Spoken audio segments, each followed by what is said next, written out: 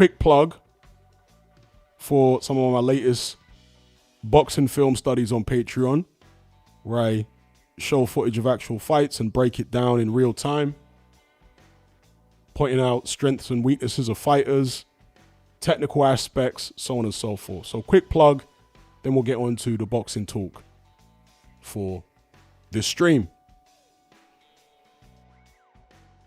Make sure you check out my Moses Itauma Dillian Whyte film study on Patreon. It's 1 hour of me going through actual footage from both of their fights and pointing out various technical flaws and proficiencies in both men. Will this be liftoff for Moses Itauma, or will the young contender be exposed as another pretender by the old warhorse Dillian Whyte? This film study may persuade you one way or the other. Also, check out this other recent film study I've done, Alexander Usyk, Signs of Decline, where I go through footage of some of his fights, including his most recent win over Daniel Dubois, and point out what I believe to be indications of Father Time catching up with him. As counterintuitive as that might sound to some, given the fact he stopped Dubois quicker in the rematch than he did in the first fight, but there are reasons for that, which I go into. So make sure you check these videos out. You can access them along with previous film studies I've done and hundreds of hours of other exclusive boxing content on my Patreon page via the boxing tier, the Boxing Brotherhood. There's no contract, no commitment. You can cancel at any time. It's cheaper than a cup of coffee. You know the routine by now.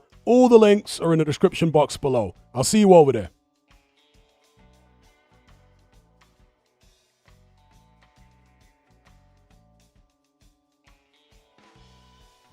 Okay, so let's get on to today's boxing chat. Now, as you guys know, Duke McKenzie has got a fantastic prediction record, not just in recent times, but going all the way back to the 1990s and maybe even beyond that. Duke McKenzie correctly predicted that Evander Holyfield would beat Mike Tyson in the first fight. He was one of the few people on planet Earth who saw that one coming. He did it live on air on Sky Sports in the studio. Now, Duke McKenzie has made a couple of predictions for this show, several predictions for this show on Saturday. The Nick Ball fight, the main event with Itauma versus Whyte, and another undercard fight. Starting off with his prediction for Itauma versus Whyte, he sees it in basically an identical way to myself, coincidentally, because I put my views out on Itauma Whyte, well, at least a week ago, maybe 2 weeks ago, when I initially broke down the way I see the fight playing out. Maybe longer than that, maybe a month ago or so. So I've been saying I expect Itauma to win the fight inside 7 rounds. And while it might go earlier than that, I've said that, in my opinion, Dillian Whyte's best chance in this fight is actually early, when he's fresh and when he might be sharp enough to catch Itauma with something. I think the longer the fight goes, the more Dillian Whyte's form, the more his shape is going to start to break down and it'll get sloppy.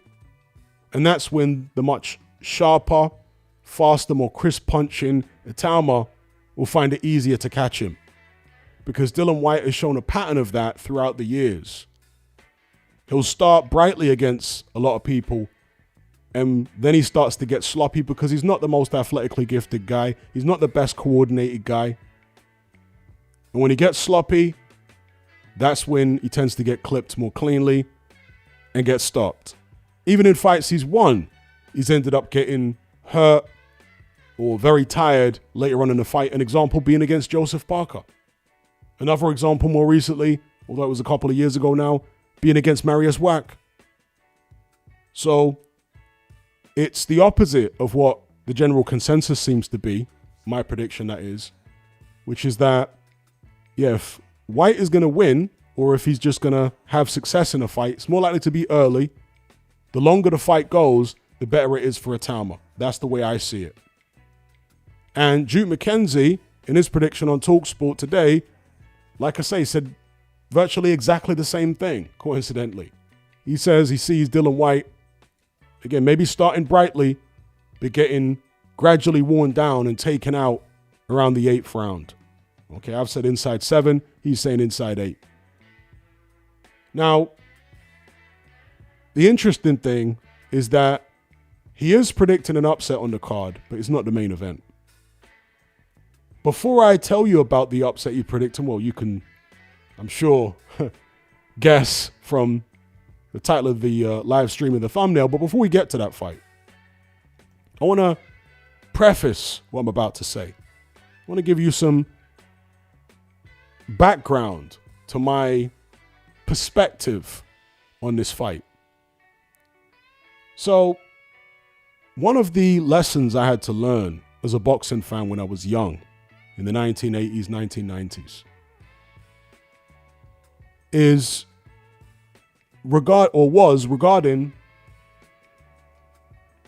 the most important attribute to have if you're going to be a successful elite level fighter, or at any level, not just elite level. So my favorite fighters growing up were people like Muhammad Ali, Mike Tyson, Roy Jones Jr., Prince Naseem Hamed. Prince Naseem was fantastically entertaining. I loved his power and I loved his athleticism. And so the fighters who I grew up admiring were, in the vast majority of cases, very athletically gifted fighters. And so I got it into my head in my younger years as a boxing fan that in the vast majority of cases, the more athletically gifted fighter, especially if there's a big gap in athleticism, is almost always going to win. It took me a while, several years, right, to figure out that that's simply not the case. There are loads and loads and loads and loads of examples of athletically gifted fighters who get beaten by somebody far less athletically gifted. It's not as simple as, oh, this guy is much faster on the pads and much more explosive when he hits the bag, looks much more impressive when he's training, therefore he's going to beat the other guy because the other guy's not half the athlete that he is. It took me a while to realize that back in the 1990s. I eventually came to the realization that technique, fitness, ring IQ, these things are actually more important than athleticism. Athleticism is a nice thing to have, and it can benefit you, obviously. But it's not the be-all and end-all. And you certainly can't pick who's going to win a fight just based on athleticism. The intangibles also matter. You know, as I say, ring IQ, the heart, so on and so forth. Now, I say all that to talk about David Adeleye's hookup with Adam Booth and his training footage ahead of this Filip Hrgovic fight. Because if you look at Adeleye in training, hitting the pads, here he is with Spencer Oliver looking very silly in the boots that Adam Booth wore for training David Haye against Nikolai Valoev. If you look at Adeleye on the pads here, the athleticism is very impressive. Fast hands, very well coordinated, great snap on his punches, sounds like great power. Very fluid with the combinations, moving around, so on and so forth. If this was a contest between Adeleye and Hergovic for who's more impressive on the pads, the fight would be over. Adeleye, in terms of athleticism, looks far more impressive than Hergovic. But of course, we know that it's not that. This is a boxing match. And in such a boxing match, as Adeleye has had before, his ring IQ might not necessarily be up to the task. We shall see. But against Jamie TKV, he was getting soundly outboxed by a guy who isn't as athletic as he is. Against Fabio Wardley, there's a narrative out there that Adeleye just got beaten from pillar to post from the first round. That's not actually true. I went back and watched that fight again recently, a week or so ago. And Adeleye actually won quite a few rounds in that fight. And his athleticism was bothering Fabio Wardley to some extent. But he appeared to gas out, maybe run out of ideas a little bit. And Fabio Wardley just clocked him with a big shot and took him out. But he was having some success in there. Maybe it was just a little inexperience. And who knows, maybe he has a stamina issue. We'll surely find out against Filip Hrgovic, because Hergovic is a very tough man. He's been a distance several times and takes a good shot. Very experienced amateur. Fought some good guys in the pros, from Daniel Dubois to Zheli Zhang. Joe Joyce, obviously, most recently. So we'll find out about Adeleye's ring IQ in this fight and his stamina. But he's hooked up with Adam Booth, who is known to be a trainer who likes working with athletically gifted fighters. Like me in the 80s and 90s as a young boxing fan, Adam Booth seems to be one of these people who is still very impressed by athleticism. And don't get it twisted. Like I said earlier on, athleticism is a great thing to have in boxing.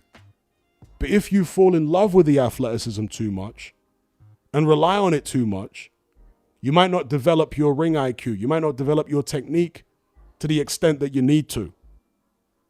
And when it comes to ring IQ, not every fighter can develop it to the same extent. Because just like academic ability, somebody that might be good at mathematics, it doesn't matter how much the next person practices their mathematics, some people are always going to be better than others. Even if they do the exact same amount of revision and practice, some people just have an ability, an innate ability that is superior. So they have a higher ceiling in terms of how good they can be at mathematics. Yeah? Similar thing, in my opinion, for ring IQ in boxing. You can spend all the time you want studying film, studying your favorite fighters, being trained by the best coaches in the world. Some fighters just have a natural ability to perceive things in the ring, to see things, to figure things out, which is better, faster, and superior to other fighters. You can surely improve whatever ring IQ you have, but you might not be able to improve it enough to match some of the top guys. That's the thing. And David Adeleye against Jamie TKV looked poor in terms of ring IQ, very poor. And, you're waiting for that athleticism to show up, the explosive shots that we see from him in training and whatnot. But other than the shot that finished the fight, the controversial shot, and to be fair, TKV did hit him with similar shots earlier on. Other than that, you really didn't see the athleticism and the speed and the explosiveness from David Adeleye. He didn't get the opportunity. He wasn't skilled enough.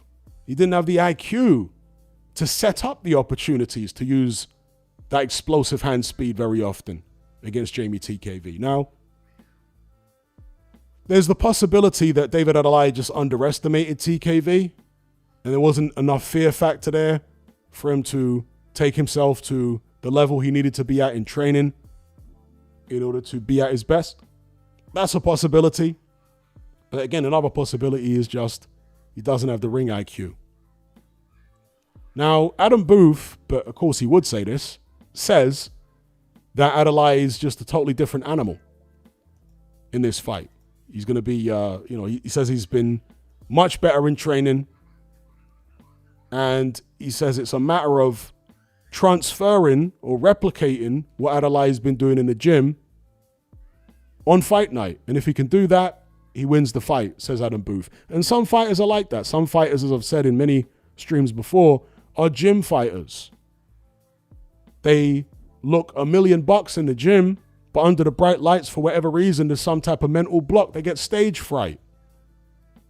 Is David Adeleye one of those guys? So, long preface, preamble, whatever you want to call it. I say all that to first of all talk about the fight itself, because I think this is going to be a good fight. I've seen some people say they reckon it's going to be a snooze fest, a hug fest, boring. I don't think so. And the reason I don't think so is because both of these guys are very alpha personalities. Hergovic is very alpha. He's got that steely,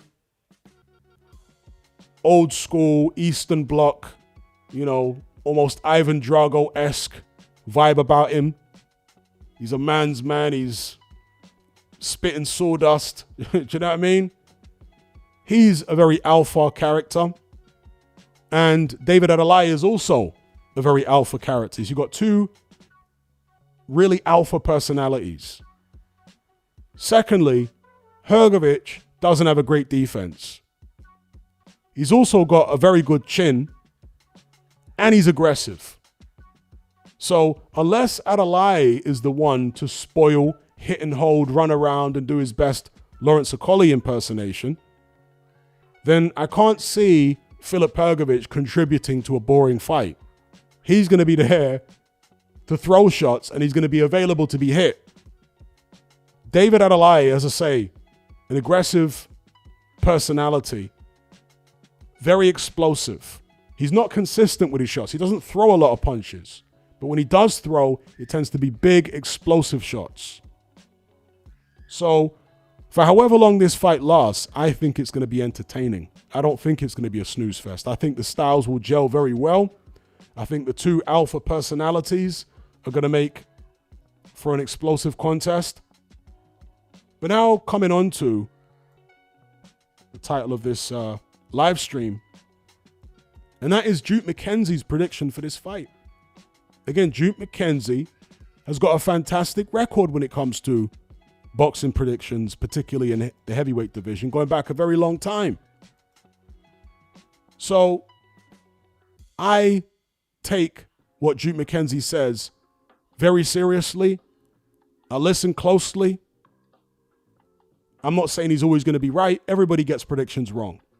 But for whatever it's worth, Duke McKenzie is picking Filip Hrgovic to be defeated by David Adeleye. Yes, he's picking David Adeleye to win and to actually stop Filip Hrgovic in about the 10th round in what he predicts will be the fight of the night. So, what do you guys reckon?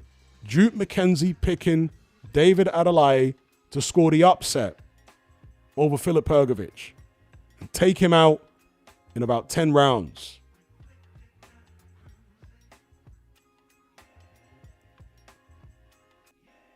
Shout out to First Round Boxing. He says, we'll catch up with the rest of the live later. Going to get some coffee dropped. Okay, big up.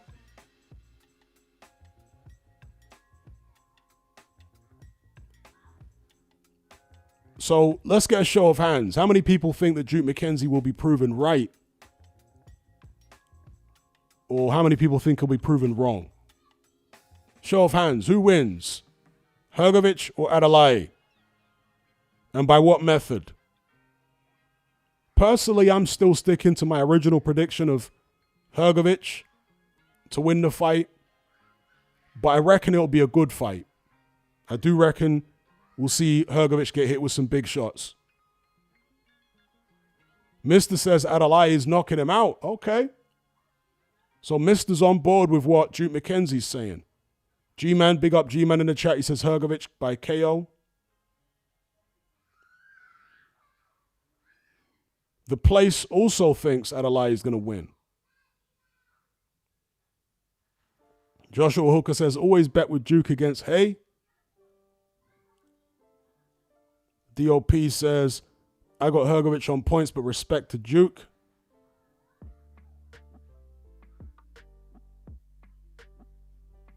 East Midlands Fight Fan says, I'm going to have a bet on him as McKenzie has a good track record. I think Hergovic wins, but I want Adeleye to win. Peter Marshall's got Hergovic stoppage. Juan Solo's got Hergovic winning. Bigger Ank says Hergovic by KO, but not confident about it. Okay, Naba says Adeleye late KO.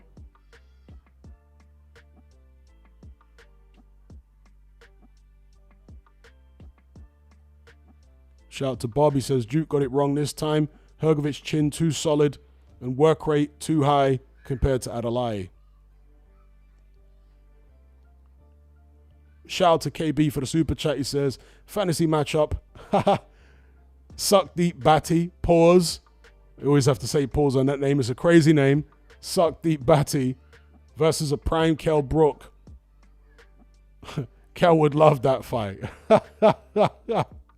Let's not even go there. It is a real name, yeah. It's a real name, an actual name of a fighter, an Indian fighter. Man's called Suck Deep Batty. Crazy work. That's one way to attract P. Diddy, you know? Have a name like that.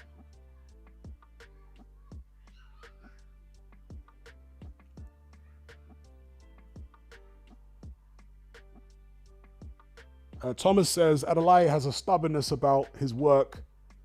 He could catch Hergovic off guard, but I think the smart money is on the Croatian. Yeah, as I keep saying, I'm sticking with my original prediction, which is Hergovic to win.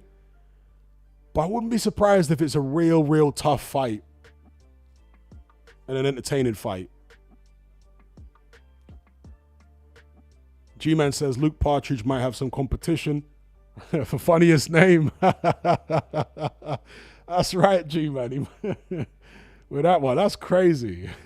Suck deep Batty. I have to say pause every time I say that name.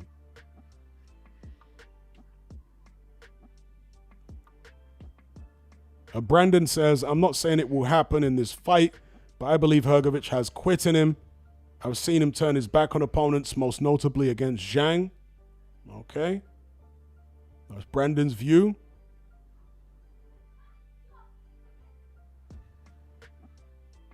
Yamazak. Okay, yeah, Yamazak's there.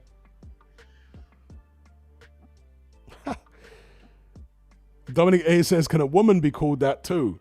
I'm not sure. You'd have to ask an Indian person, maybe.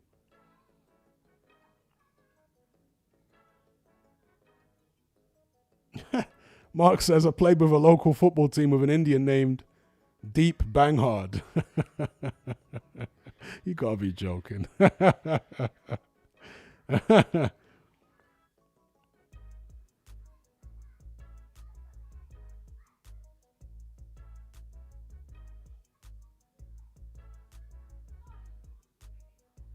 Mike says, sticking with Hergovic, but I get the sense he doesn't love boxing. Little Jacob says, you got to be the black sheep of the family when your parents name you that.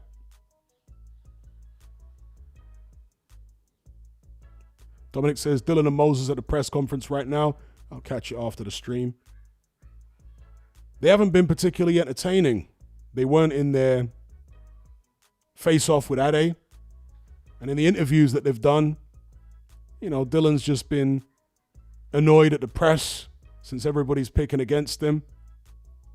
And playing a few mind games, saying, oh, I'm nothing, I'm a nobody. He should knock me out in a couple of rounds. You know what I mean? Which I think is reverse psychology from Dylan White. It's a way of trying to put all the pressure on Itauma. Yeah, I heard the baby snatcher situation. That was quite funny. And Dylan White confronted Thomas Triber about it, which was also amusing.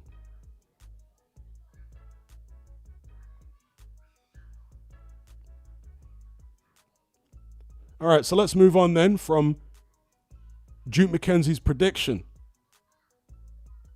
that David Adeleye is going to spring the upset over Filip Hrgovic on Saturday.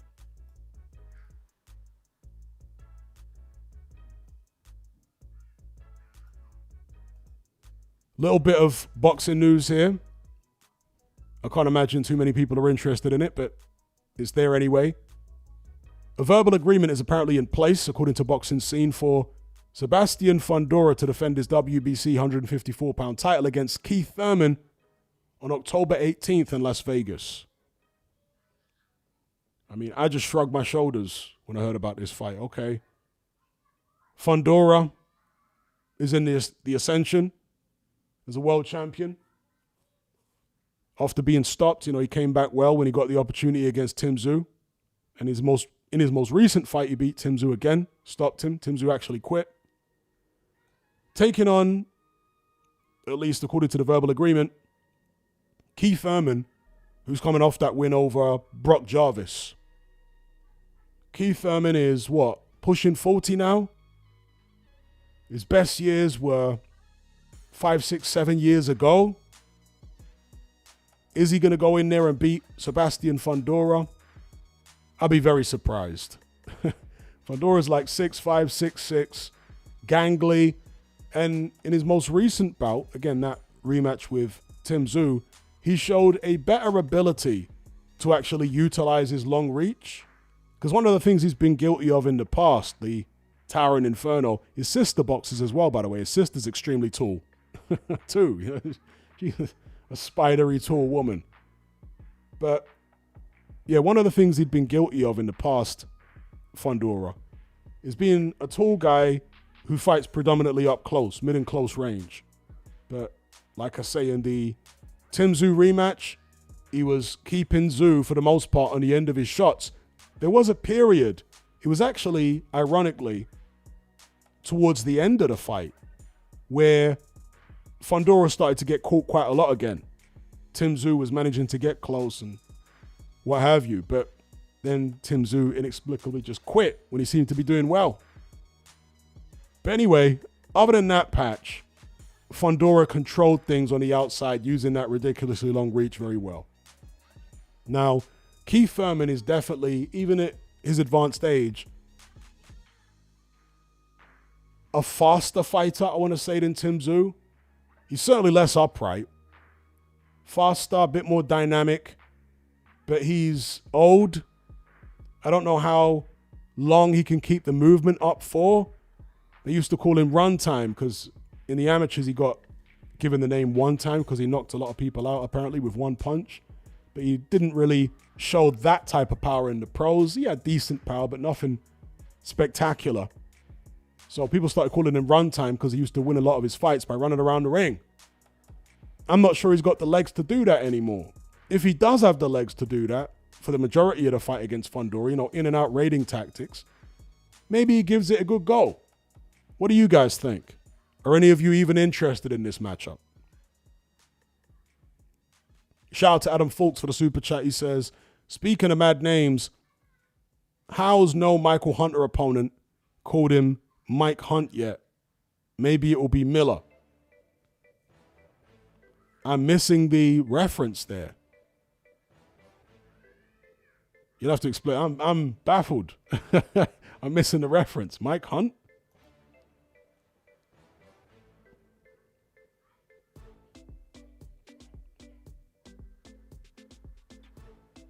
Oh, hang on. I see what you're saying. When you say it quick enough, it sounds like something else, which I won't repeat.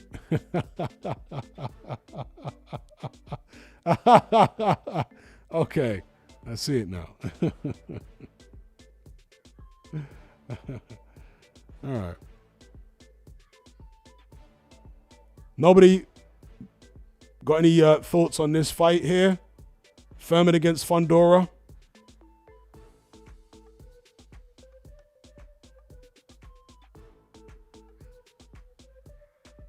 East Midlands Fight Fan says, his sister is better than him. I don't know about that. I wouldn't agree with that.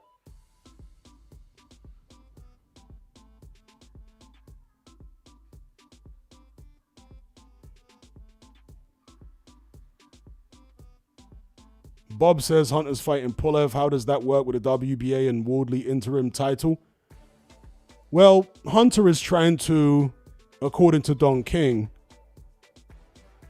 ignore his contractual obligations and fight Jarrell Miller instead. Don King sent a cease and desist to Seller and whoever else is involved in trying to put on a Jarrell Miller-Michael Hunter fight, because he won a purse bid to put on Pulev versus Hunter in the US. So Don King will want to be financially compensated, and he's always been a person to drive a very hard bargain. But now that he's senile, which he surely is, you've seen Don King talk, now that he's senile in his 90s, the amount of money that he might want from the Saudis to allow them to have Michael Hunter's services is probably going to be totally ridiculous. It's going to be way beyond any semblance of the money he would generate from putting on a Hunter versus Pulev show. In fact, that show might not make money. So if the Saudis are talking to Don King saying, look, we'll pay you a fee for Michael Hunter's services so we can fight Jarrell Miller instead, Don King might say, give me $50 million.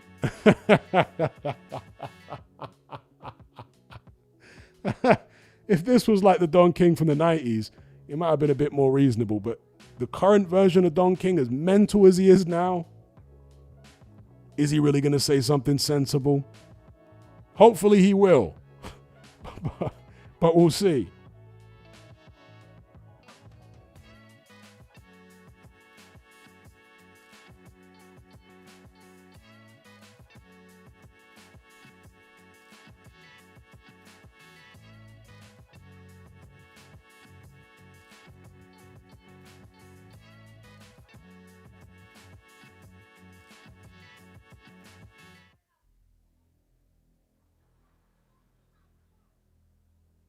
So yeah, that's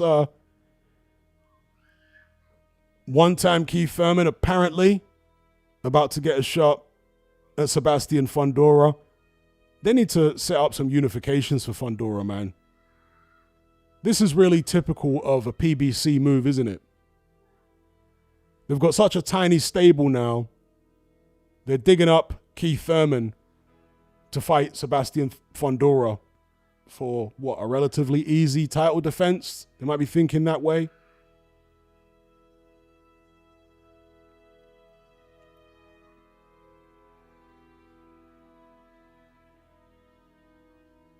This is what PBC have been reduced to. These are their offerings these days on Amazon Prime. The very few shows they have, they're putting the likes of Fundora versus Keith Thurman on. And people keep asking about the baby snatcher comment. Yeah, that was all yesterday. We talked about that in yesterday's stream. It was funny. Especially when Dillian Whyte confronted Thomas Traber about it. Thomas Traber was nervous as hell. Dillian Whyte's been bullying the media during fight week, you know? Stuck it on Adeleye. The face-to-face. Adeleye didn't say anything wrong, but you know what Dillian Whyte's like. It was quite funny, nevertheless. Seeing an angry Dillian Whyte and Adeleye trying to calm him down. And annoyed Dillian Whyte, at least.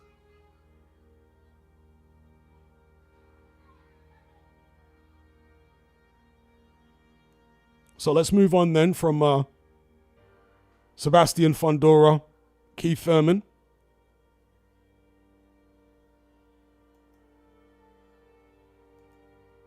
Frank Warren did an interview with Sky Sports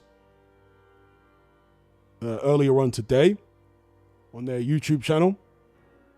And he revealed that Alexander Usyk has asked for an exception to his WBO mandatory, which is Joseph Parker. The WBO ordered it. It's supposed to happen next. Never mind what the Saudis are saying. It's supposed to happen next. The Saudis are just financiers. Unless they have some kind of influence over the sanctioning bodies behind the scenes, which you'd hope they wouldn't have. And that's possible. Maybe they do. But ordinarily in boxing, when a financier says, I'm not interested in a particular fight, that doesn't mean the fight can't happen. Somebody else can put the money up to make it happen. It just means they don't want to spend their own money on it. All right?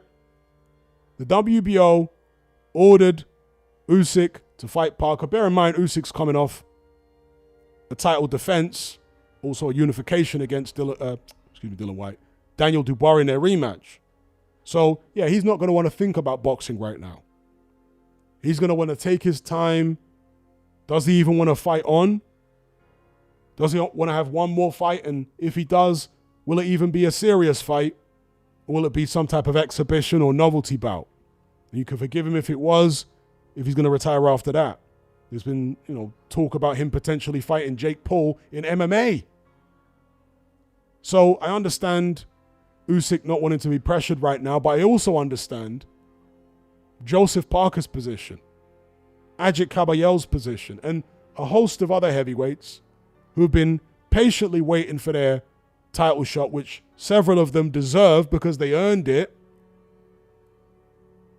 Frank Warren says, as I say, Usyk has applied for some exemption to give himself more time before deciding whether he's going to fight Joseph Parker or vacate the belt.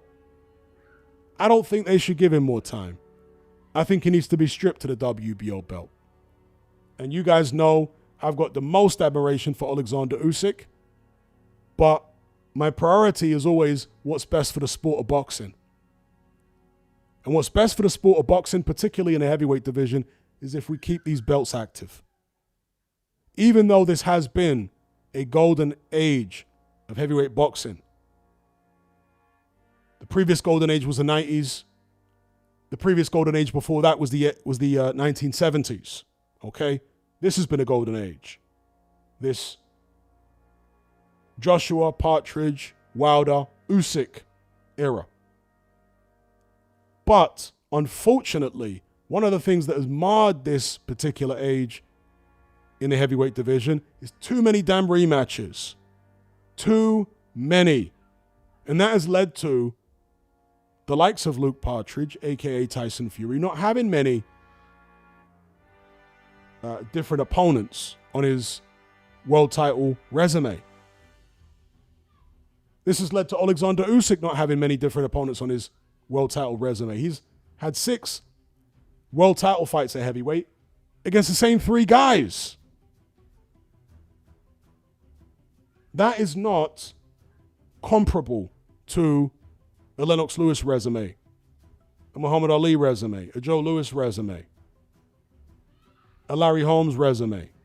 As much as I think Usyk in a fantasy matchup could beat some of those guys, unfortunately, because of all the rematches, he's only got 3 names in heavyweight title fights that he's faced. So we need to put a stop to this. We need to make up for lost time. Obviously, it's not all Usyk's fault with regards to rematches going on in the heavyweight division. I get that. But rules are rules. Some of it was his fault because he signed away his right not to have a rematch when he fought Anthony Joshua, when he was mandatory for Joshua's title. Maybe it was for extra money, I'm not sure. Several fighters have done this since the Klitschko era. Signed away their right as mandatory to not have a rematch clause for the champion in the contract. Traditionally, a mandatory challenger, if he beats the champion, can just sail off into the sunset. There's no rematch clause. Okay? Usyk agreed to one, and that's why he had to fight AJ again after he beat him. The Partridge rematch, okay, it was undisputed. I can forgive for that. But also, Partridge messed Usyk about for 2 years. That stagnated the division. So, long story short, I'd like to see Usyk stripped to the WBO belt. And if he's not willing to fight Ajit Kabayel sooner rather than later, the WBC belt too. Because these mandatories are long overdue, folks.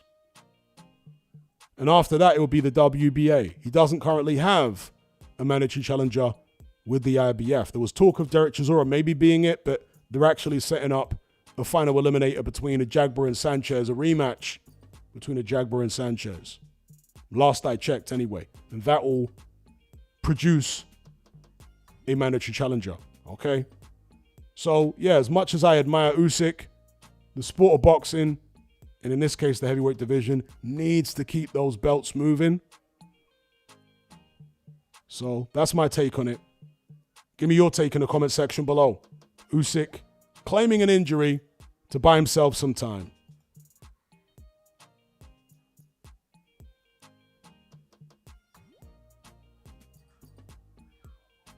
Shout out to Paul McAllister. He says, what's your biggest what if in boxing history?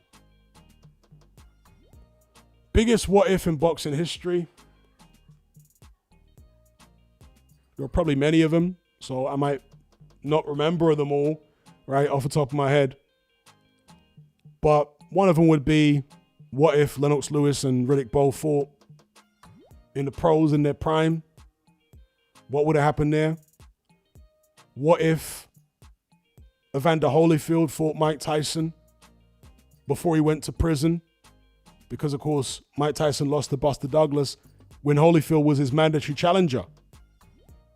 So, in order for that fight to have happened when Tyson was in his, I say prime, people said it wasn't in his prime when he fought Buster Douglas. He was 24 years of age. Right? So he was in his prime. He might not have been in his best of shape at 24 for that particular fight, but he was still in his prime. You know, he was in his prime years. 24 years of age when he fought Buster Douglas. Had he got past Douglas, the next fight was going to be Holyfield, who was mandatory. What if that fight had happened? Would Tyson have got up for it more? You know, because he was up for some fights and he wasn't as up for other fights because he didn't see them as being as dangerous. He was really up for the Michael Spinks fight, you know? He says he wasn't really up for the Tony Tucker fight. That he was out partying and clubbing and yeah, that's what he blamed that performance on. Not like it was a particularly bad performance, but it did go the distance. He didn't score any knockdowns. He didn't hurt Tony Tucker in the fight. And Tony Tucker apparently had a broken right hand, I think it was, from early on.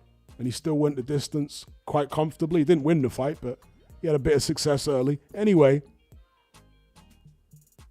Yeah, so what if Holyfield and Tyson had fought then? Personally, I think Holyfield would have won even then.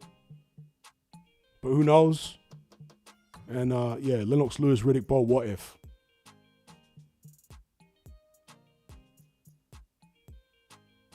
Junior says Caballel is the only real challenger for Usyk. I wouldn't say the only real challenger, but certainly one of the front runners. KB says the president. Yeah, the president is a total what if. You know, what if he hadn't lost the plot and got himself locked up for like 20 years? How would he have fared in the late 90s, early 2000s against the best heavyweights around at the time? So Beabucci is definitely a what if. Shout out to James Clifford for the super chat. He says, White's hand was severely injured in the spring. No one seems to mention this.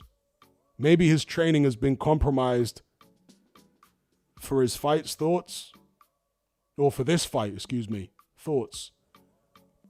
You're teaching me something here because I had no idea that his hand was severely injured unless I heard about it and forgot about it. So do you know which hand it was? Was it the right hand or the left hand? If it's the left hand, that would be more of a concern for him. If it's the right hand, not so much because he's never been a great right hand puncher. Oh, the cut, excuse me. Okay, I was thinking about some kind of bone issue. Oh, the cut. Yeah, I remember that. That shouldn't be an issue. I don't think that'll be an issue. Yeah, the cut finger shouldn't be an issue, I wouldn't have thought.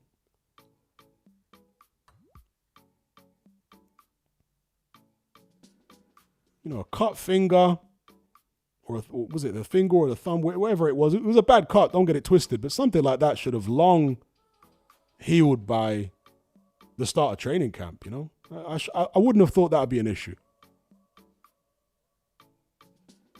But shout out to James Clifford for the super chat. If it was like a broken hand or something, or, you know, ligament or tendon problems or something in the hand, that might be more of a concern.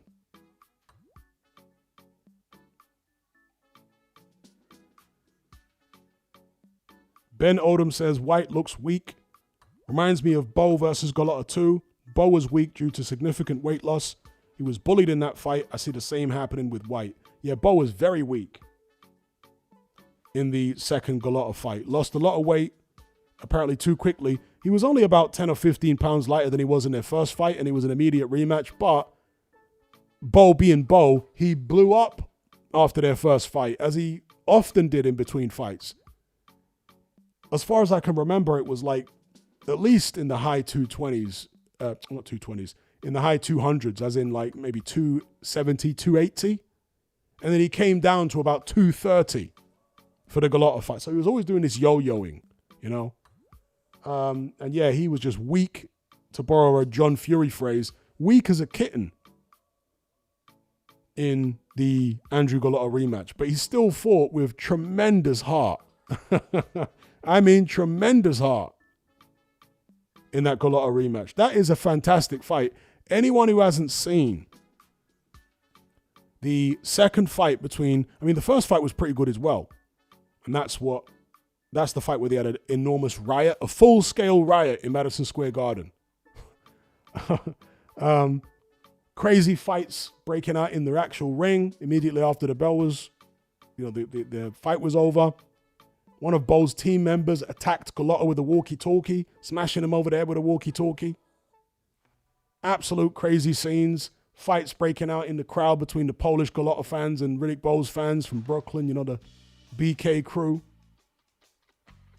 So the first fight was wild, more so because of the riot, although the fight itself was, it was a good fight. But the rematch was crazy, bro. The rematch was a crazy, wild fight with insane exchanges, knockdowns, a bizarre ending, particularly given how the first fight ended. If you haven't seen it, highly recommend you watch Bo Galata 2. It's a crazy fight.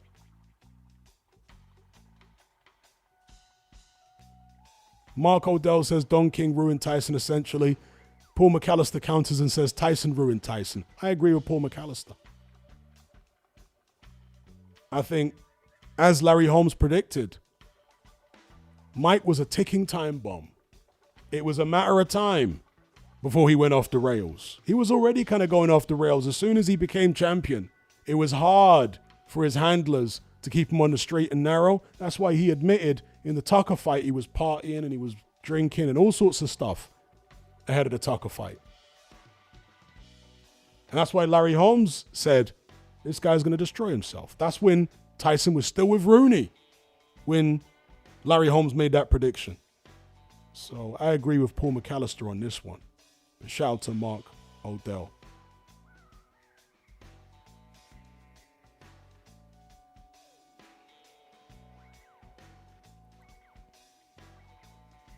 Well, the thing about the whole fallout with Rooney is it shows you about Mike Tyson's character, or it should show you about his character.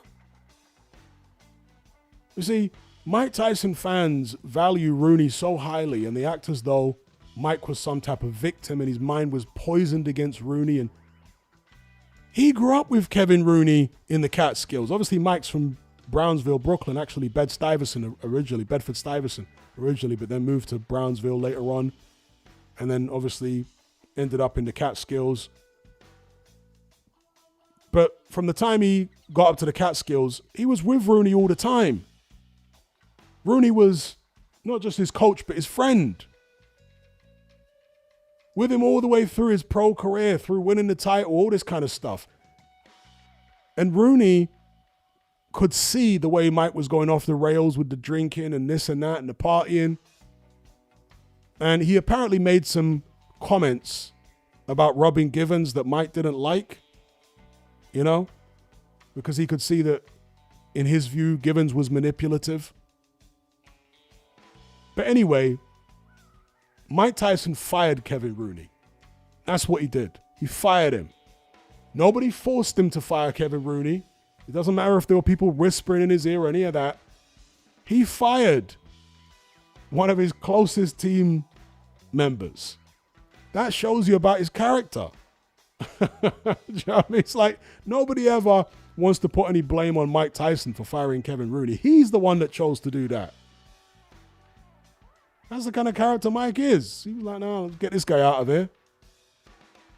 Not having him trying to keep me on the straight and narrow and act in a professional manner. If I want to do all the partying and drinking and all that kind of stuff, then I'm going to do it. To hell with Rooney. Shout out to Adam Fultz for the super chat. He says, Canelo versus Mike McCallum. It's a good fight, but I got Mike McCallum.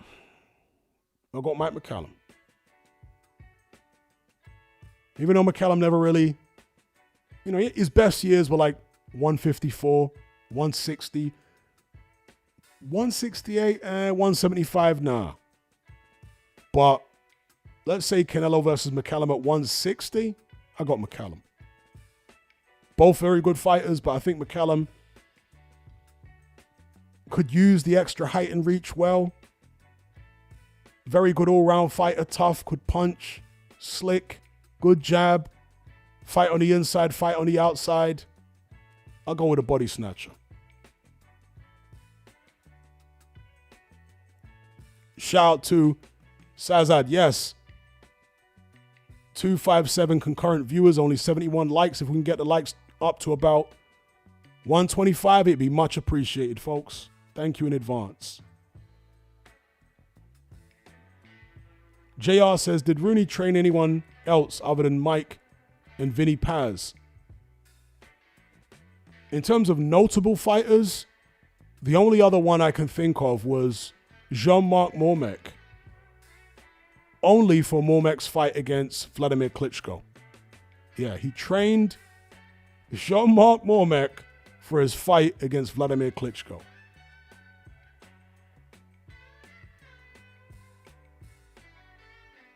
Mormec, I think, went literally out to the Catskills because Rooney apparently doesn't like leaving the Catskills for whatever reason.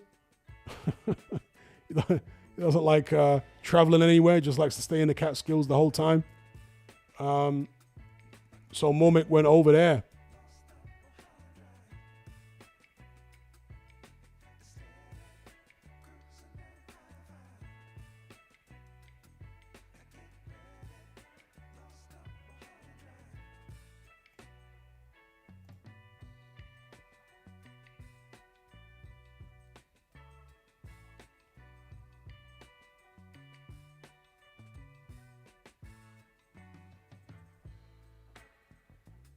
J. Cool says, Hatman, do you subscribe to the idea that today's fighters are less tough in general than fighters in the 80s and 90s? Yes, I would say that's true. Less tough, less mentally tough. I don't know about physically tough, but less mentally tough. Yeah, because boxing was more brutal back then. Not just in actual fights, but even in the gyms, it was more brutal. So it was like Sparta. In order to survive in that type of environment, you had to be tough. In order to be one of the best, you had to be tough because you had to come through the gauntlet. You know? If you weren't tough, you wouldn't make it through the gauntlet and you'd never get to be a top fighter. So yeah, I would say the fighters back then were generally mentally a bit tougher.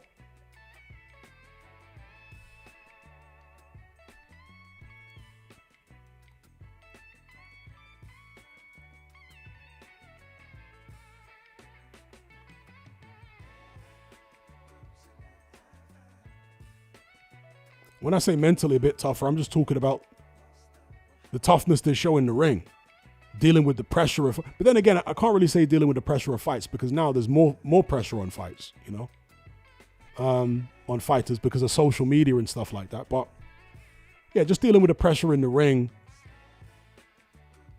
of a hard contest. I think they were tougher back then.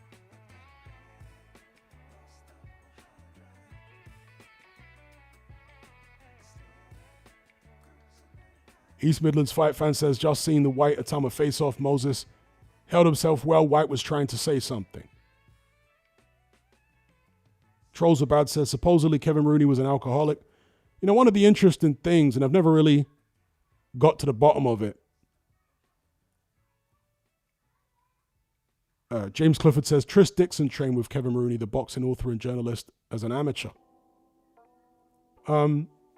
Somebody saying White is less than 6'3". Yeah, because some people have been in one of the previous live streams asking who's the taller of the two fighters, Dillian Whyte or Itauma.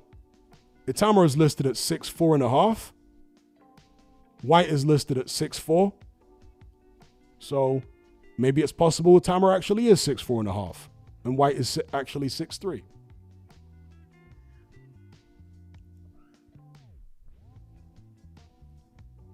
Sazad says, people are sleeping on Whyte. He wins, in my opinion, 7th round KO. Okay. We shall see. I'm personally picking Itauma to win this fight inside 7 rounds. And Duke McKenzie's also picking Itauma to win inside 8 rounds. He thinks Whyte will get taken out around the 8th. After having, maybe some competitive rounds early.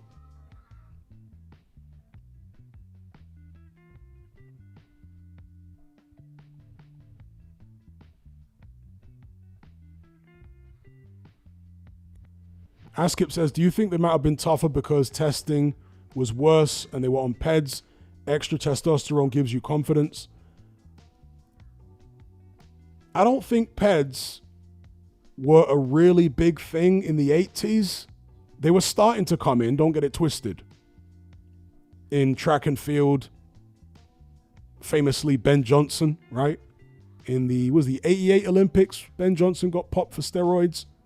They were starting to come in, but I don't think, and Holyfield obviously had a lot of question marks around him in the late 80s. But I don't think PEDs were as prevalent in the 80s as they became in the 90s. I think in the 90s, PEDs were absolutely rampant. Absolutely rampant in the 90s.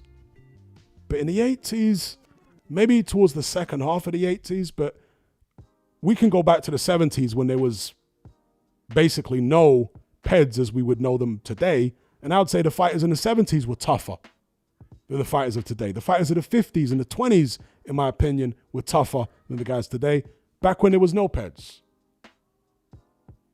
Because it was just a tougher time. People were bred tougher. Life was tougher, The fights were more brutal, smaller gloves, longer fights, longer number of rounds. Referees wouldn't jump in quickly. They'd let fighters beat each other half to death. Do you know what I mean? It was just a more brutal environment, boxing back then.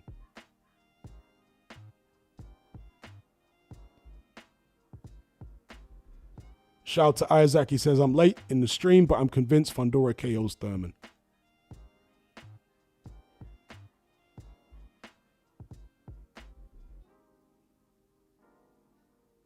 Ayed says Whyte is getting knocked out. I think so too.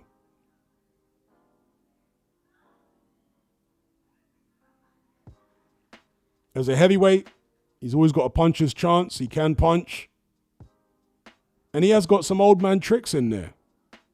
But I just don't think he'll be able to hold his shape together well enough to avoid getting clocked by those very fast, accurate shots from Itauma for too long, Dillian Whyte's shape tends to start breaking down after 3 or 4 rounds, At that point, he's going to make all sorts of sloppy mistakes, and Itauma's going to catch him with some big stuff. Ward Jones says Itauma is 6'1". He's definitely taller than 6'1". Ade, I believe, is 5'11", 5'10", 5'11". And when you see Ade standing next to Itauma, interviewing him, there's definitely a lot more than 2 or 3 inches in height difference. So, Itauma's more than 6'1".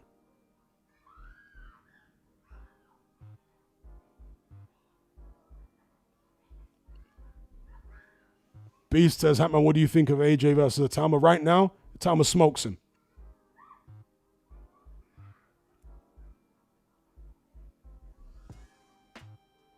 JR says, Whyte can't get his chin in shape. This ends early. Believe me. Warren Williams says, I'm 6'2". He's definitely taller than me.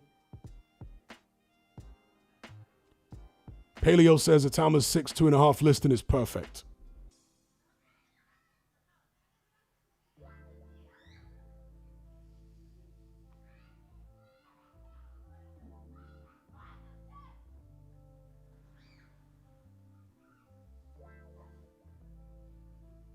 Rusby says Itauma looks 6'4" to me. Dylan was always listed at 6'4", but I think 6'3", Itauma looked taller than him. I'll be interested to watch the face-off. In fact, let me try and get it up now. On the fly, let me give you my take on it.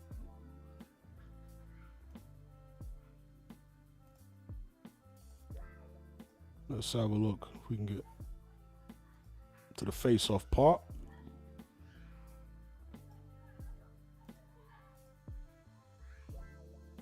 Yeah, see Dylan talking. All right, here we go. They're getting up on stage. I'm just watching it back now because I've not yet seen the face-off.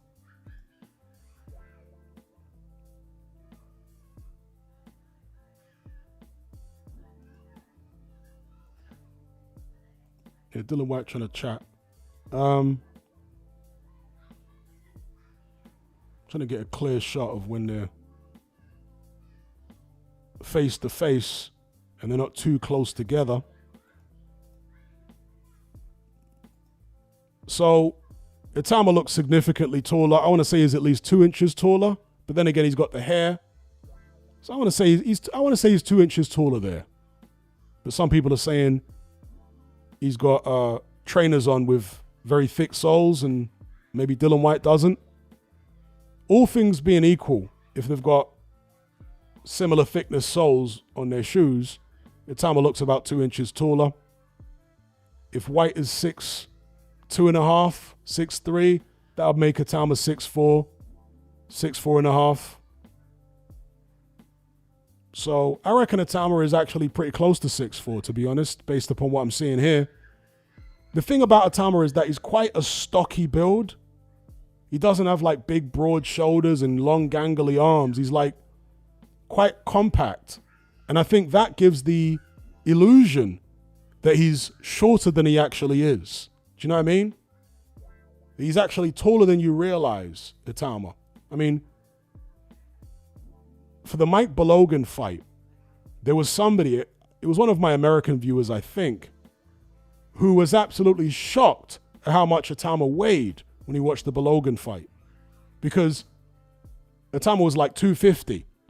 And this viewer was like, no way is he 250. He looks about 225. Because his build makes him seem shorter, makes him appear shorter than he actually is. He's actually quite tall. So, yeah, I wouldn't be surprised if Itauma actually is 6'4". Maybe even 6'4.5". Also, one of the things you notice there when you're looking at the face-off. In fact, let me take a screenshot real quick and bring it up on screen for you guys so you can get a visual of what I'm talking about. Where we got, what should I use? Let's use this. So if I get this screenshot up here for you guys, you see what I'm referring to.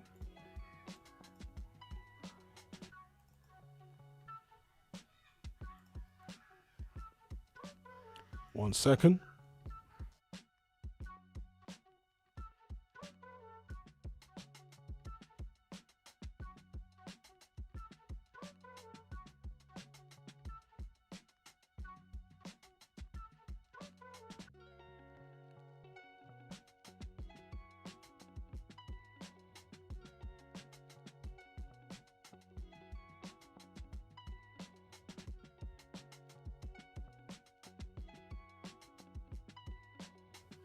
All right, so you can see the face-off here.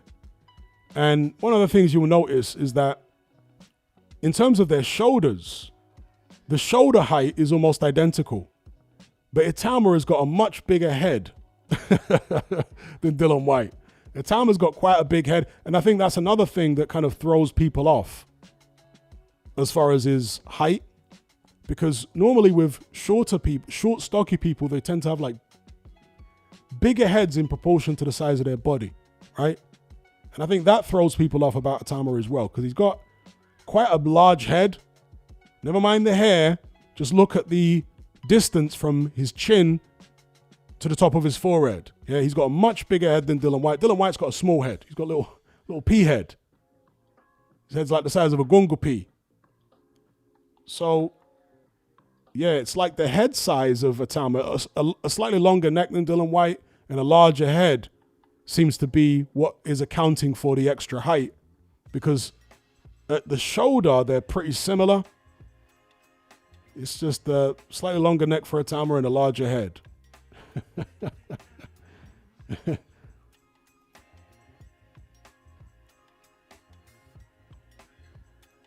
Mr. Grundy says Itauma's head is huge.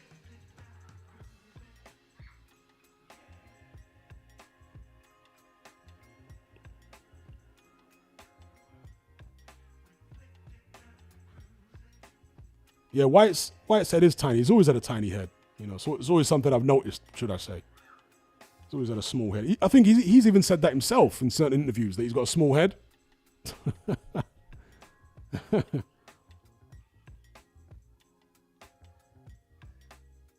Paleo says Eddie Hearn's 6'5".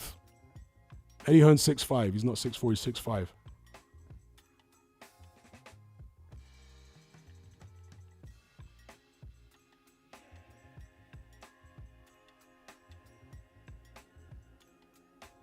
I'm sure we will see, if Dillian Whyte can stand up to the firepower, we will see more from Itauma against Whyte.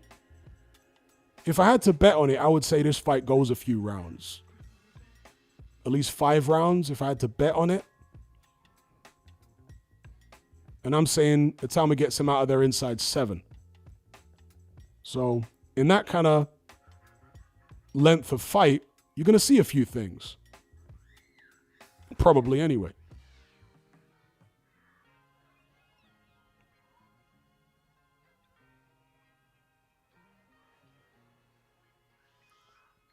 Joe says Itauma has a mesomorphic build naturally. If he didn't train, it'd still be that size.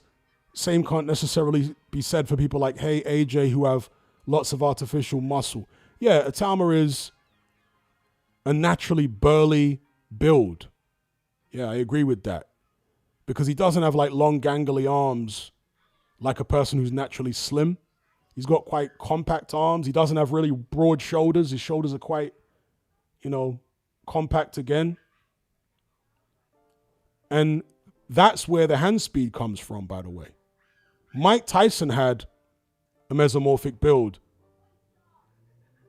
Short arms, short neck, muscular. Those short arms, along with the muscularity and the fast twitch muscles, are what gave him such quick hands. With Itauma, it's a similar thing. Because he's got more narrow shoulders than somebody like an AJ or whatever, even a Dillian Whyte, right? Shoulders are more narrow than those guys. That means the arc of his punches is tighter. Do you see what I'm saying? And that all plays into his hands. But yeah, he's a naturally just thick-set, burly, if that's even the right word to use, individual. Afro Jam says Whyte 6'2.5", Itauma 6'3.5", Hearn 6'5". I'll take it.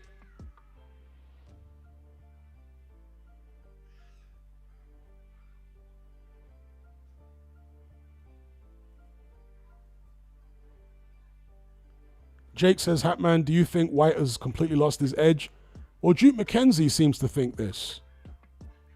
Duke McKenzie says that Whyte looks jaded, or he didn't use the word jaded, but that's the word I think he was searching for. He said Whyte looks tired, he looks fed up. And I think he's looked like that for quite a while. I think he was like that in the run-up to the Fury fight. He's not as fiery as he used to be, So yeah, I think he is a bit jaded now, mentally. But will he be able to raise his game and give it one last good go against the Itauma on Saturday? We shall see.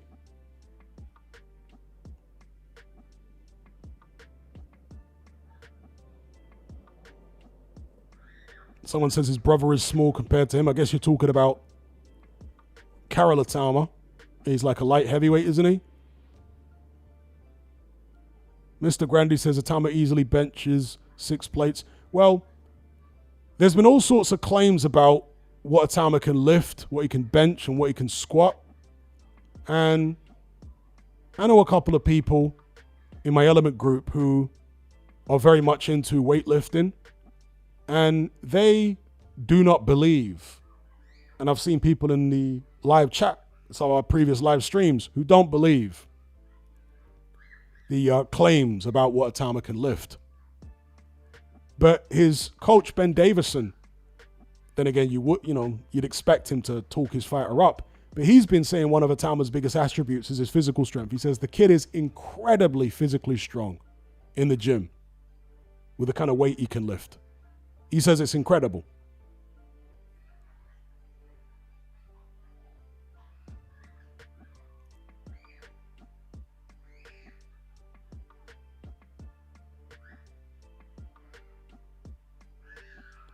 Joe says so much of sport is based on your anatomy. The very best swimmers have short torso, long limbs, for example. There's more variation in boxing, but still the very best boxers have long arms in relation.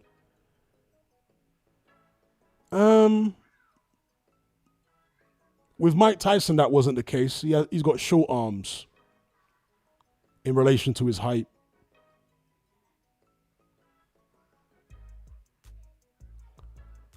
And it really depends on the weight class, and it depends on more than just...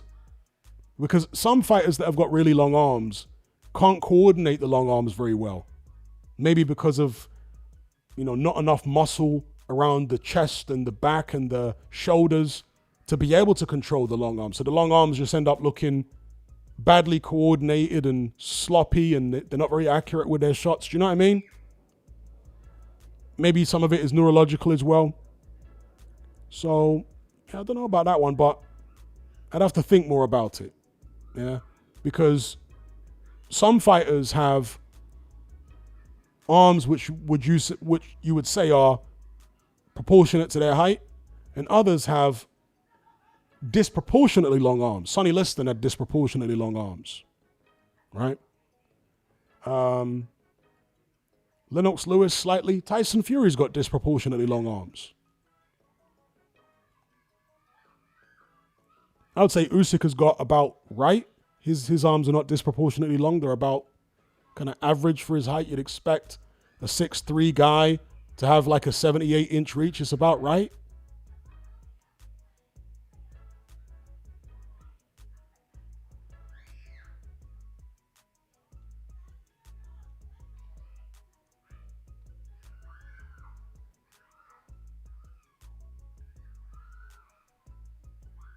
Yeah, Terence Crawford's got disproportionately long arms. Yes, he does. But he coordinates them very well.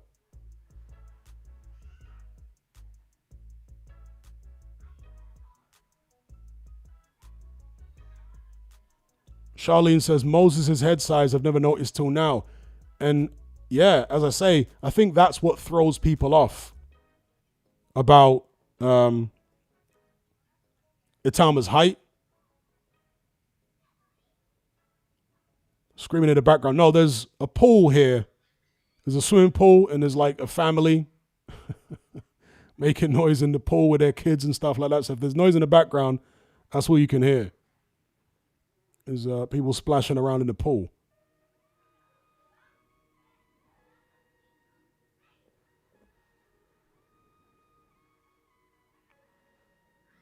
Yeah, those are extremely long arms, Mr. Grandy. 5'7" and 76-inch reach. That's extremely long arms.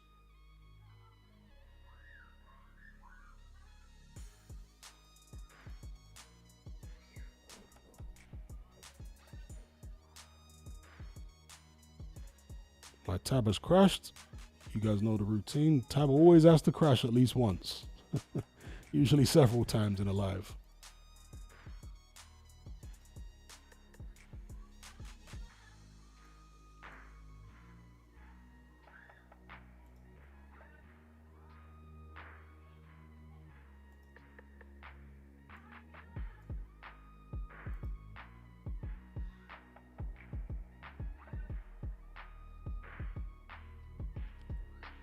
Yeah, somebody asked how much do I think Partridge can lift.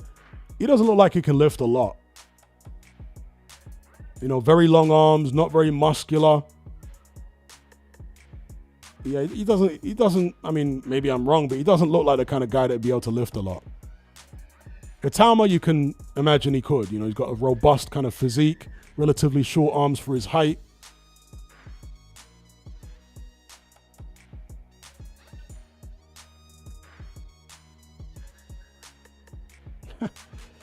King says Luke Partridge looks like he's never showered.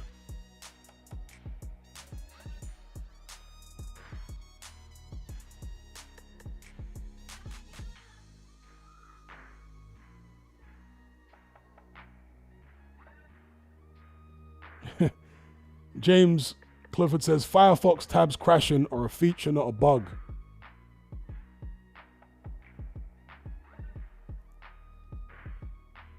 Wave says Hergovic seems overconfident to me, dismissing Adeleye. Is it just his person? Yeah, of course. That's how Hergovic is. Hergovic is a very, very alpha character. Very alpha. With guys like him, you never have to worry about them being not confident enough. Do you know what I mean? The problem with guys like Hergovic is overconfidence. That's just the way he's wired. He's just such an alpha personality. He's always going to see himself as like, you know, the biggest and the best. Similar to Miller. Just these alpha personalities. Like on the more extreme end of alpha, you know? That's just the way he is. And Adeleye is very alpha himself.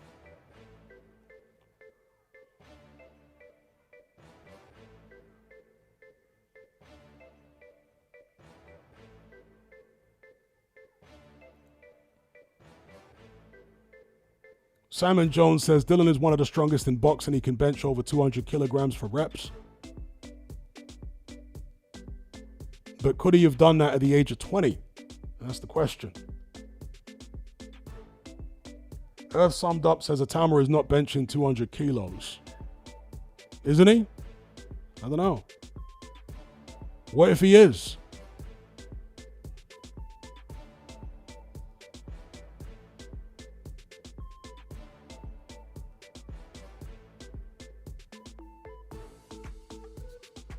Steady Improvement is talking about the prospect of the Itauma White winner fighting Parker for the WBO belt. Let's just have a look at them heavyweight rankings again.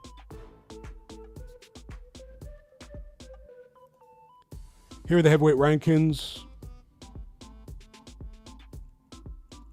Okay, Itauma's number one. He shouldn't be that high, but he is. So, okay, yeah, I can dig it because Hergovic is number two. So, yeah.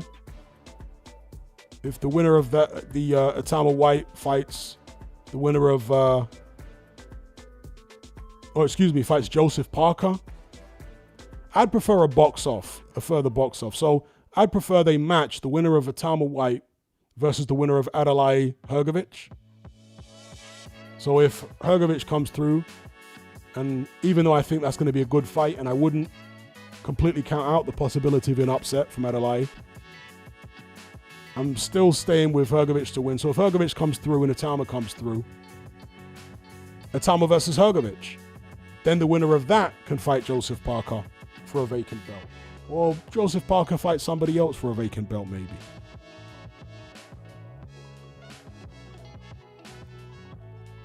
Or Parker gets elevated to full champion because he's already interim champion. So maybe Parker gets elevated to interim champion. Then they have the box off between, as I say, the winner of Itauma White and the winner of Hergovic Adeleye. I prefer that.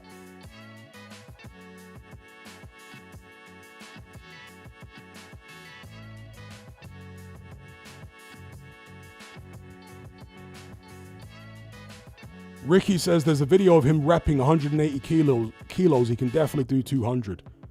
Wow, there's a video of it. Wow.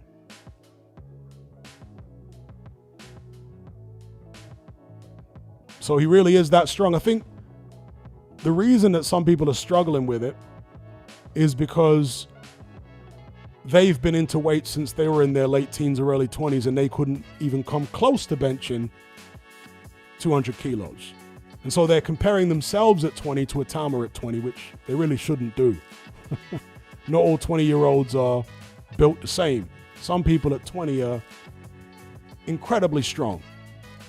Right? Mike Tyson at 20, he was very strong. That's why he was able to go in there and bat up all these guys in their late 20s and 30s. Yeah?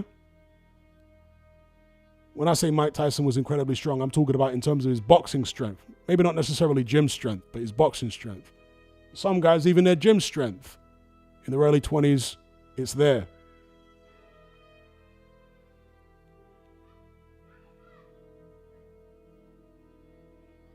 So people are saying there's apparently footage of Itauma doing 180 kilos for reps.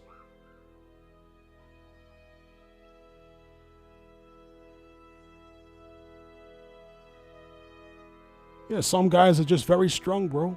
It is what it is. They're just very strong. Okay, OT says he benches 200 kilos. He's 26. And he's 5'10".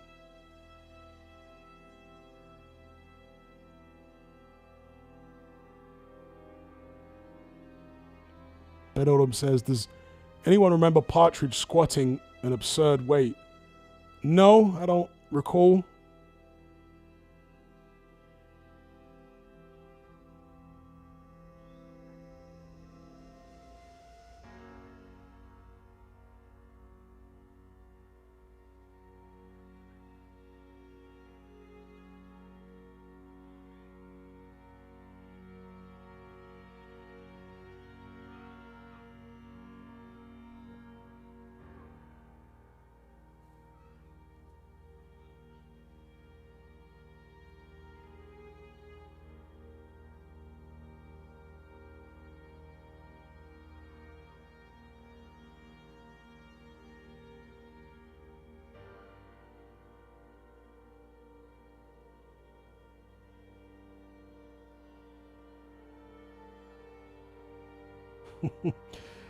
Partridge. See, it's almost like the name Luke Partridge is giving him a new lease of life. Because people like to actually mention him now more in the lives since I christened him or revealed his potentially real name, exposed it. Luke Partridge. Now everybody wants to talk about Partridge just because the name is so funny. Long may it continue.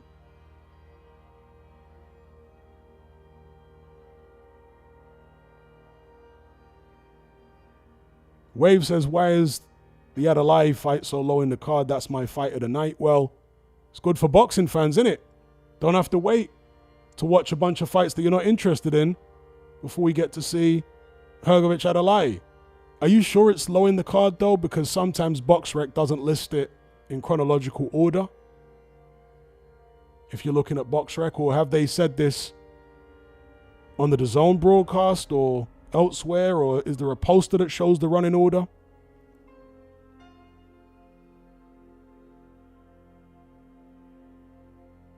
Because, yeah, I suspect that Duke McKenzie, because he thinks it's going to be fight of the night, I suspect he might be right.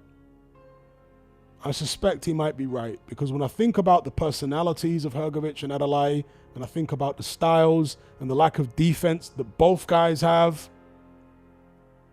I can see that one being a good fight.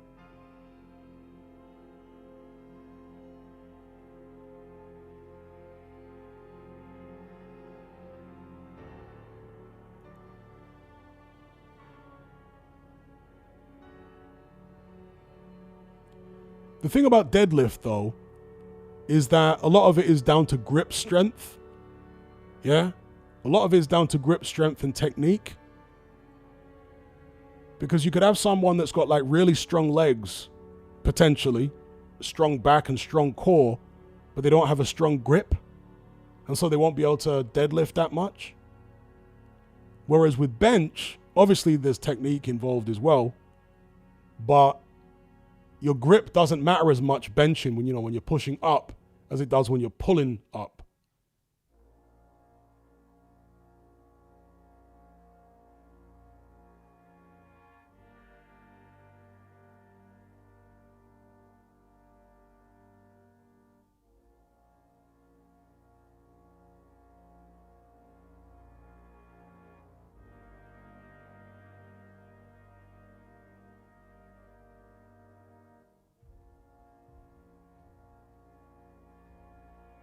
Mr. Grandy says most elite boxers are very strong.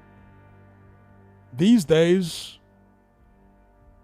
maybe always it was the case. But what I can tell you is, going back to Mike Tyson apparently wasn't very strong in the weights room in his prime. He couldn't bench much. He couldn't bench too much over his body weight. This is what I heard, like during his career. He wasn't, after prison, because in prison he got into weights more. And after prison, he was doing a lot more weights, especially the back end of his career. He was really going in on the weights. But during his prime years, he didn't touch weights much. And they say that he couldn't bench a lot, even though he did a ton of push-ups and everything. They said that in terms of for reps, he couldn't really do reps much over his body weight, which only would have been what? 100 kilos? Mike Tyson weighed in his prime, so let's give him 110. So he apparently wasn't that strong when it came to weights, because he really didn't do weights. He wasn't accustomed to the technique and all the other stuff. And also, Mike, his body was very much fast twitch. So maybe he needed to do more of that type. I mean, not that he needed to do it to enhance his boxing career, but if he wanted to be stronger on the bench, you just have to practice more weightlifting to build up more of the other type of muscle. Do you want to call it slow twitch muscle? However you want to describe it. Because Mike Tyson was very fast twitch, And fast twitch aren't the kind of muscles that you need for lifting slow and heavy. Shout out to James Clifford for the super chat. He says, Wilder putting on muscle mass and doing huge bench presses for Partridge 3 did not help him, but this whole build-up for this weekend is exciting. Yeah, it didn't help him. It hindered him because he only had 4 rounds in him. After that, he was spent because he was carrying far too much weight. His cardiovascular system wasn't designed to carry all that muscle, 235 pounds, wherever he was.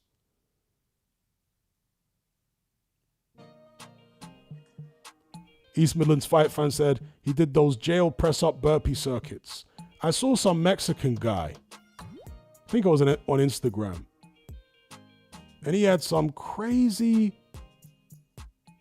push-up burpee routine that he does now for like the cameras or whatever. I've never seen anything like it, bro. Like, yo, this guy's burpee king. Yeah, I think that's who it is. I was like, damn, bro. This essay is strong. He must have done a lot of time to get his burpee routine down to that. Mad.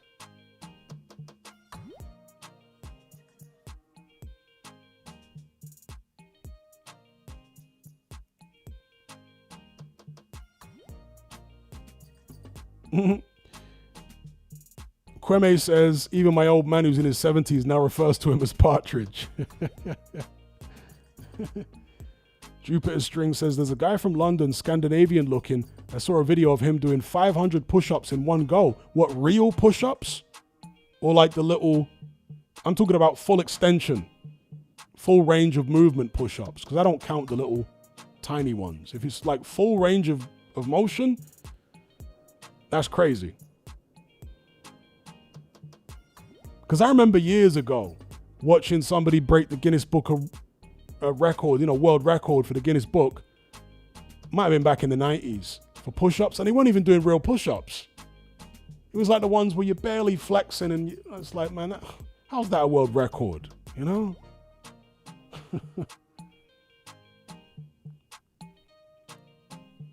How many push-ups can I bang out right now in one go? Not many, about 30. Yeah, about 30. That's about the maximum I could do right now in one go, about 30 push-ups.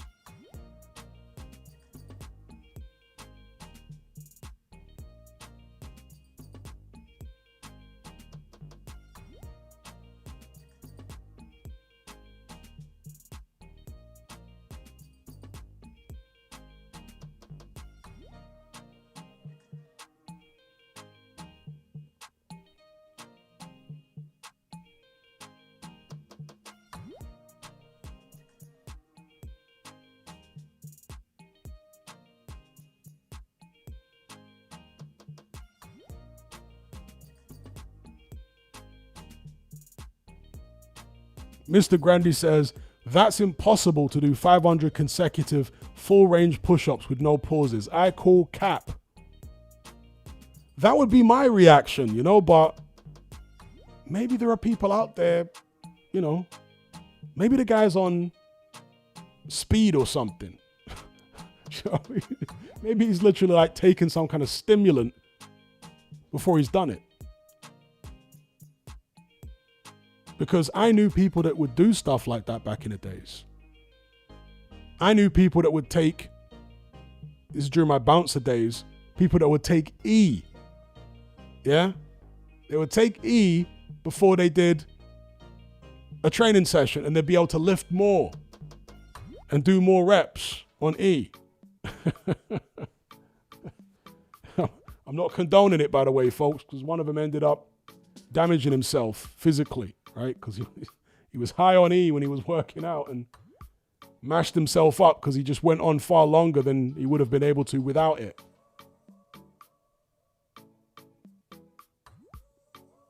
So you never know what these guys are taking when they're doing this stuff.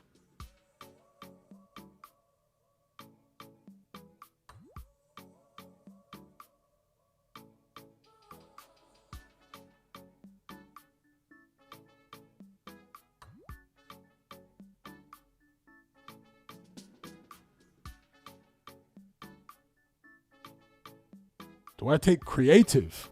I guess you mean creatine? I've never taken any supplements in my life. Never taken creatine, anything like that. Nope, never took steroids, never taken anything. Never taken creatine, nothing.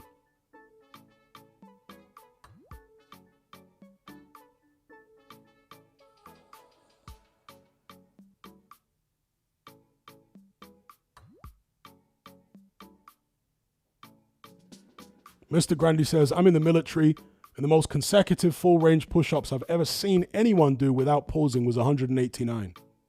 And that's still a crazy amount. 189 in one go, that's crazy.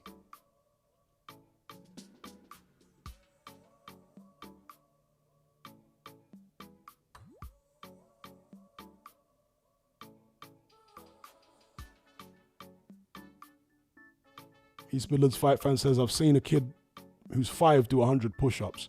Well, you know, the little kids are skinny. So, skinny little kid, maybe, you know, do a lot. But once you're an adult and you're a lot physically heavier,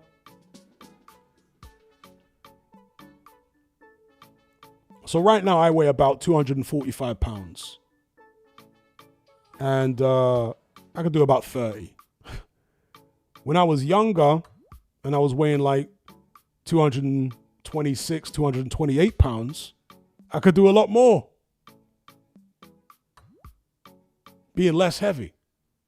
And also doing push-ups more regularly. And with the extra testosterone and adrenaline of youth.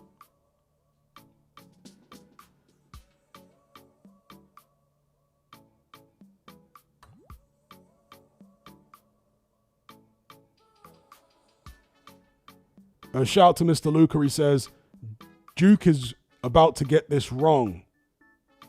Okay. That's what the majority of people also think. Shout out to Mr. Luca. They think Duke is going to get this one wrong with Adeleye, you know, picking Adeleye over Hergovic. Yeah, I'm sticking with my prediction of a Hergovic win, but I do think it's going to be a good fight. A competitive fight, at least in spots.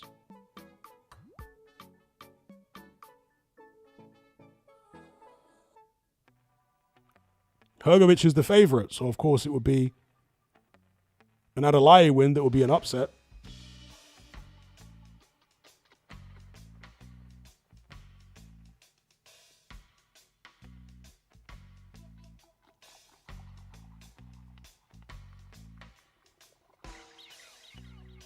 Ayed says, was Andy Lee saying he's heard both are injured? No. Andy Lee was saying that he wouldn't be surprised if both guys are injured because it's normal when you have to train intensely to be injured going into a fight. So that was a bit of clickbait from TalkSport, I think it was. He didn't say he's heard anything. He just said, I wouldn't be surprised if they're both injured.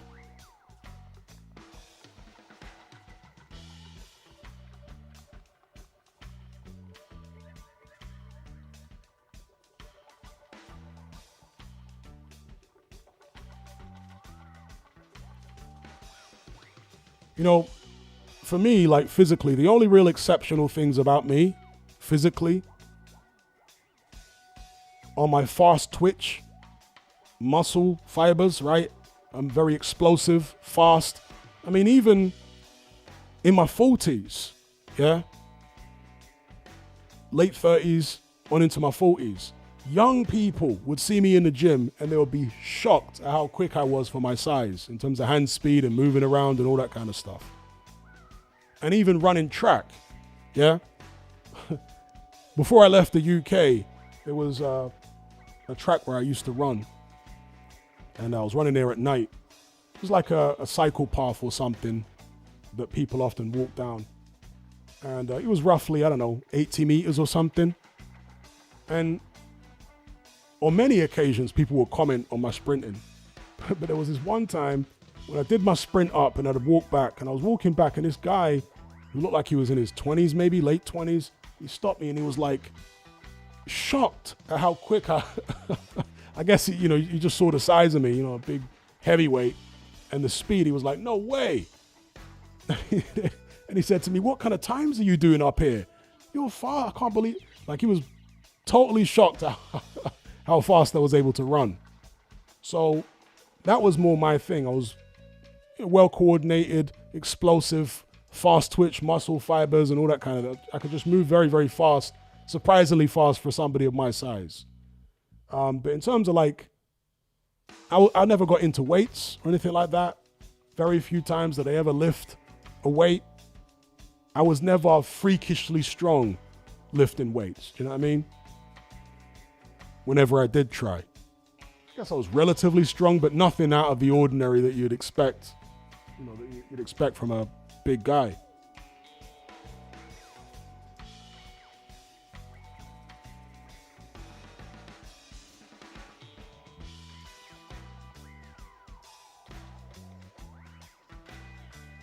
King says, still no pictures online of the Hat Man. There's video of me in my videos. There's actual video footage of me on the bag.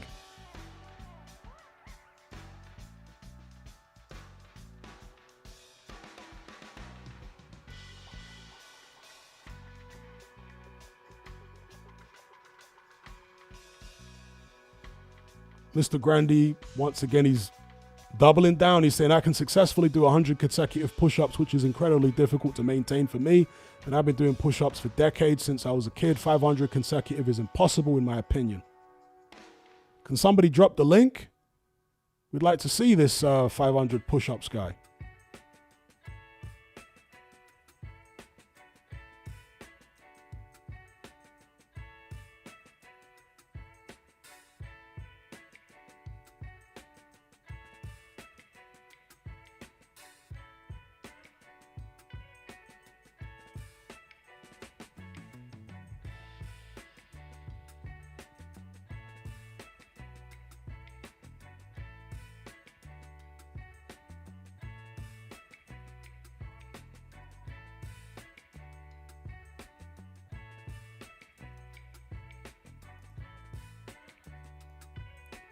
Anyway, peeps, gonna bring this live to a close.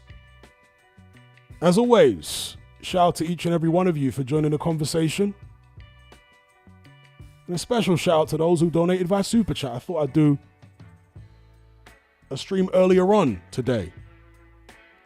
So yeah, shout out to Camille for the Super Chat, KB, Adam, Paul McAllister, James Clifford, and Mr. Luca.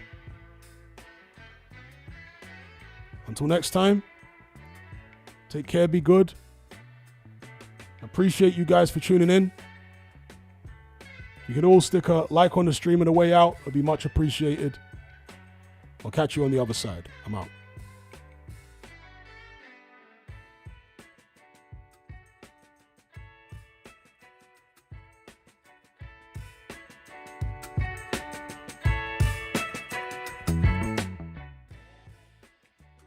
Oh, hang on. Mr. Luca says, no, the Hergovic fight. Yeah, that's what I was talking.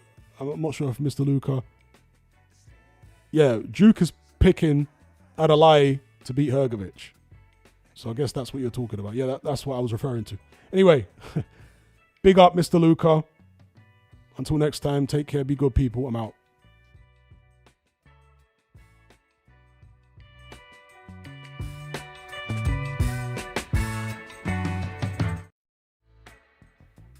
And big up James Clifford for the parting gift. Yes. Big up James Clifford.